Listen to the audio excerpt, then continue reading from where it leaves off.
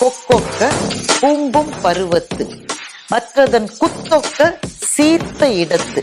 சரி, பெரிய மீன் வரும்போது வரட்டும், அதை சாப்பிட. அது மட்டும் பசிக்கு ஒரு சின்ன மீனை நீ சாப்பிடலாம் தானே. கொக்கு சொல்லும், பசியா இருந்தாலும் இருப்பேனே தவிர எனக்கு எது தேவையோ அதை விட சின்னது எனக்கு வேண்டான்னு கொக்கு சொல்லும்.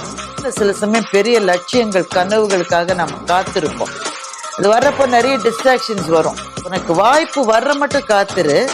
வந்துருச்சுன்னா கொக்கு மீனை குத்தினா மாதிரி ராஜா விடாம அதை குத்து. இதுதான் வள்ளுவர் நமக்கு சொல்லுவார். வாழ்க்கை என்பதை காத்திருத்தல் தான். அப்படிதானே? நமக்கு தேவையானது, நமக்கான இடம், நான் தான் அங்க இருக்கணும், ஆனா இன்னும் எனக்கு அது சரியா வரல அப்படின்னு நிறைய பேர் காத்திருக்கோம்.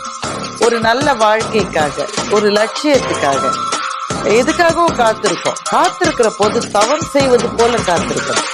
இந்த வாய்ப்பு வர்ற போது கொக்கு மீனை பிடிச்ச மாதிரி பிடிக்கணும். எத்தனை ஆயிரம் ஆண்டுகளுக்கு முன்னாடி எங்கள் முன்னவன் கொக்கொக்க கூம்பும் பருவத்து மற்றதன் குத்தக்க சீர்த்த இடத்து என்று சொல்கிறார். யாருக்கு பாடினான்?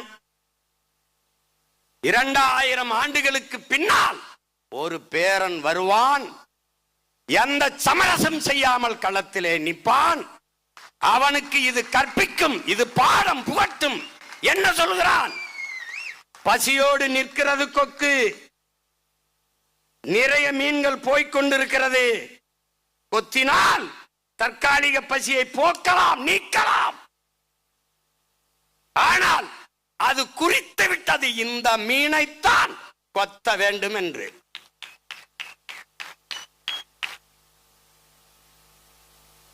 குத்தக்க சீர்த்த இடத்துங்கிற அந்த மீன் வறுமறை பசியோடு, வெறியோடு, லட்சிய உறுதியோடு நிக்கிறதா கொக்கு. இவரோடு கூட்டணி வைத்தால் 4 சீட்டு, 40 சீட்டு, 10 MP, 25 MLA.